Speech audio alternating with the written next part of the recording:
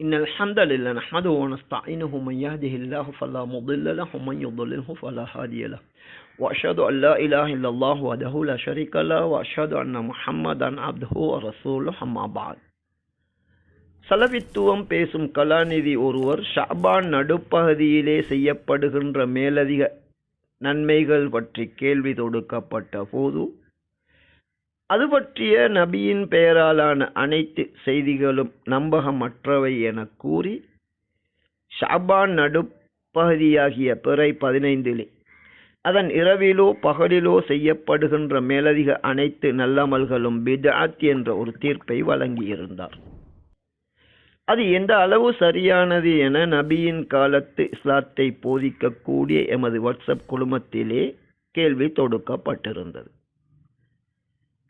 ஷஅபான் நடுப்பகுதியாகிய பிறை 15 நோன்பு நோட்பதை தவிர உள்ள மேலதிக மற்றனைத்து நல்லமல்கள் என்பதும் அவை ஆதாரங்களின் அடிப்படையிலானதல்ல, மார்க்கமாக அவற்றை செய்கின்ற போது அது பித்அத் என்பதே சரியான தீர்ப்பு என நாம் கூறியிருந்தோம்.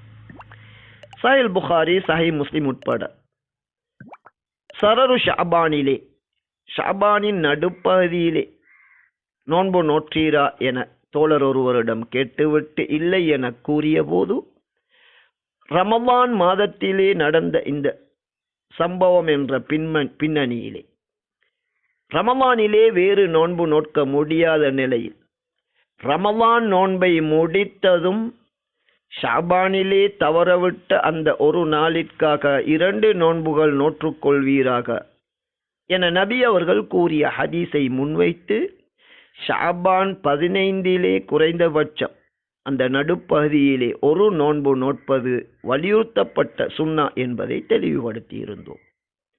இந்த பதிலை செவிமடுத்த ஒருவர், இந்த விடயத்தை மறுக்கின்ற ஒருவர் தமிழிலே எழுதிய ஒரு பதிவை மீண்டும் முன்வைத்து இது பற்றிய விளக்கம் என்ன என்று கேட்டிருக்கின்றார்.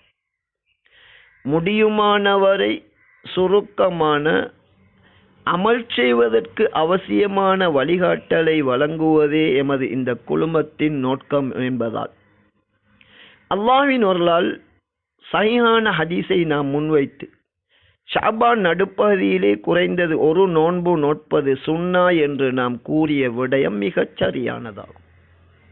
அது பற்றிய பிரசுரம் ஒன்றை படித்த இவர் சரரு ஷஅபான் என்பது நடுப்பகுதி என மொழிபெயர்ப்பது அறியாமையாகும் என்று எழுதியிருக்கின்றார். அதற்குரிய நியாயங்களையும் இங்கே பதிவு செய்திருக்கின்றார். அவை உண்மையான நியாயங்களா, குறை அறிவின் வெளிப்பாடா என்பதை பார்த்தால் குறை அறிவின் வெளிப்பாடாகவே காணப்படுகின்றது. அரபு மொழியில் உள்ளதன் தமிழாக்கம் என கூறிவிட்டு இவர் எழுதியிருப்பதன் ஒரு பகுதி, மொழி பிரச்சினையில் சர்ச்சை வந்தால் மற்றவர்களை விட அபூ உபைத் கருத்துக்குத்தான் முன்னுரிமை கொடுப்பார்கள் என்று இவர் எழுதியிருக்கின்றார். அதே நேரம் இவர் 2 இமாம்களுடைய இவ்வாறான அவர்கள் எழுதிய அந்த பகுதியை அரபு மொழியிலே பதிவு செய்திருக்கின்றார். அதில் ஒன்று இமாம் நவவியை குறிப்பிட்டு அவர்களும் சரரு ஷஅபான் என்பது மாதத்தின் இறுதிப் பகுதியை குறிக்கும் என்பதைத்தான் வலியுறுத்தியிருக்கின்றார்கள் என்ற கருத்தை இவர் எழுதியிருக்கின்றார்.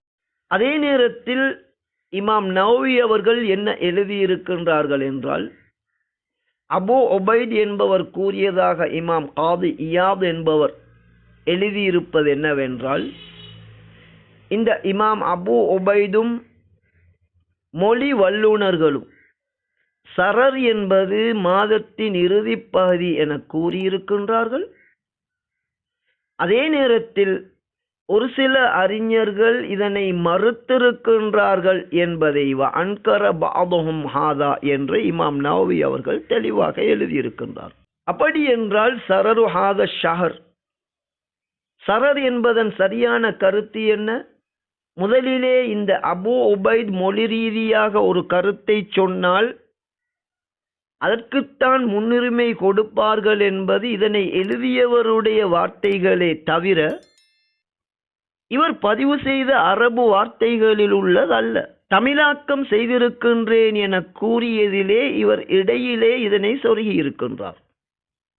இது ஒரு அமானிதத்திற்கு முரணான செயல். சரி, இதனை தாண்டி சரரு ஹாத ஷஹர் அல்லது சரரு ஷாபான் என்பது ஷாபானின் நடுப்பகுதி என்று மொழிபெயர்ப்பது அறிவீனம் என்று இவர் எழுதியிருக்கின்றார். ஆனால் இமாம் நவவி உட்பட பல அறிஞர்கள் என்ன சொல்லுகின்றார்கள்? இந்த சரரு ஷாபான் என்பது அல்லது சரரு ஷஹர் என கூறுவது மாதத்தின் நடுப்பகுதி என்பதுதான் சரி என கூறியிருக்கின்றார்கள். ஒவ்வொரு பொருளின் சரர், சுரர், சிறார் போன்ற வார்த்தைகள் ஒரே சொல்லை பல விதத்திலே நாம் அதனை படிக்கலாம். ஒவ்வொரு பொருளின் நடுப்பகுதி என்று கூறிவிட்டு அதுதான் சரியானது என்பதற்கு அவர்கள் கூறுகின்ற நியாயம், நோன்பு நோட்பதிலே நடுப்பகுதியில் நோட்பதற்குத்தான் சிறப்பு இருக்கின்றது, மாதத்தின் இறுதிப்பகுதியிலே நோன்பு நோட்பது பற்றி சிறப்பித்து கூறுகின்ற எந்த ஆதாரமும் கிடையாது. இப்படி அதற்குரிய சரியான ஆதாரத்தையும் இமாம் முஸ்லிம் அவர்கள் இந்த கருத்தை சொல்லக்கூடியவர்களது நியாயமாக பதிவு செய்திருக்கின்றார்கள். இமாம் ஹரவி என்பவர்கள் என்ன கூறுகின்றார் என்றால், இந்த சரர் என்பது மாதத்தின் இறுதி பகுதி என்பதுதான் பொதுவாக மக்கள் அறிந்த விடயம்.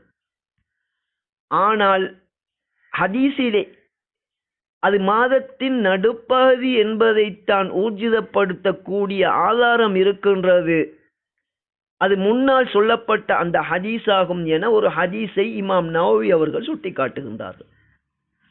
அந்த ஹதீஸ் சஹீஹ் முஸ்லிமிலே 13வது பாடத்தின் 36வது தலைப்பின் கீழ் சுர்ரத்தி மின் ஹாத ஷஹர் அசும்த மின் சுர்ரத்தி ஹாத ஷஹர் என்று நபி அவர்கள் கேட்கின்றார்கள்.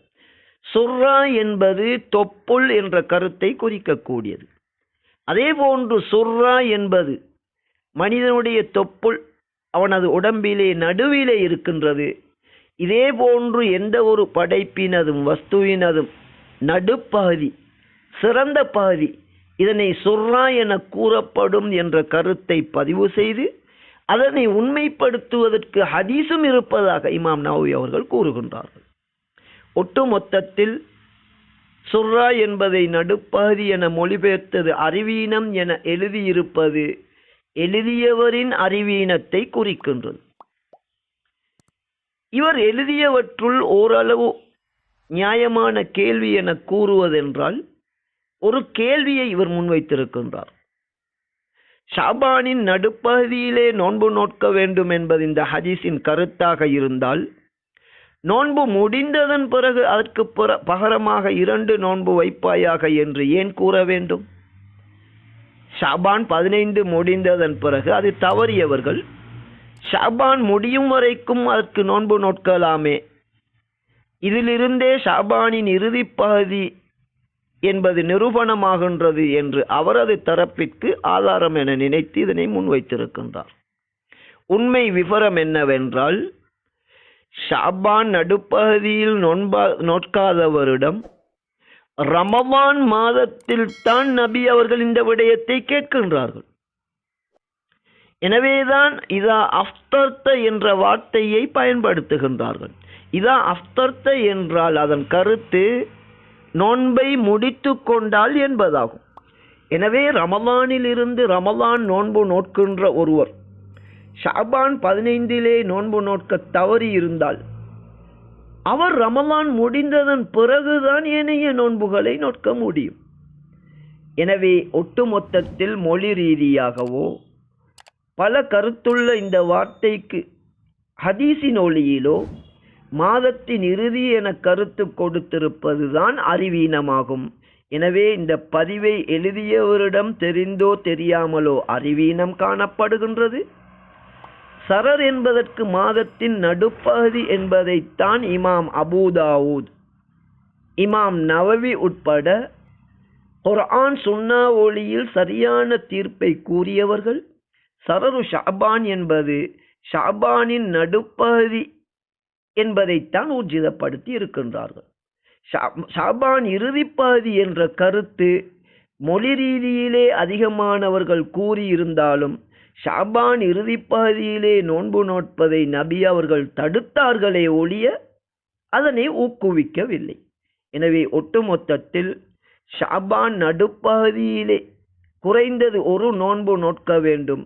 அது தவறியவர்கள் ரமதானுக்கு முன்னதாக முடியுமாக இருந்தால் 2 நோன்பு நோற்றுக்கொள்ளலாம். ரமதானை அடைந்து விட்டால் ரமதானிலே கடமையான நோன்பு இருப்பதால் ரமதானின் பிறகு 2 நோன்பு நோட்க வேண்டும் என்பதே மிகச்சரியான வழிகாட்டல் ஆகும்.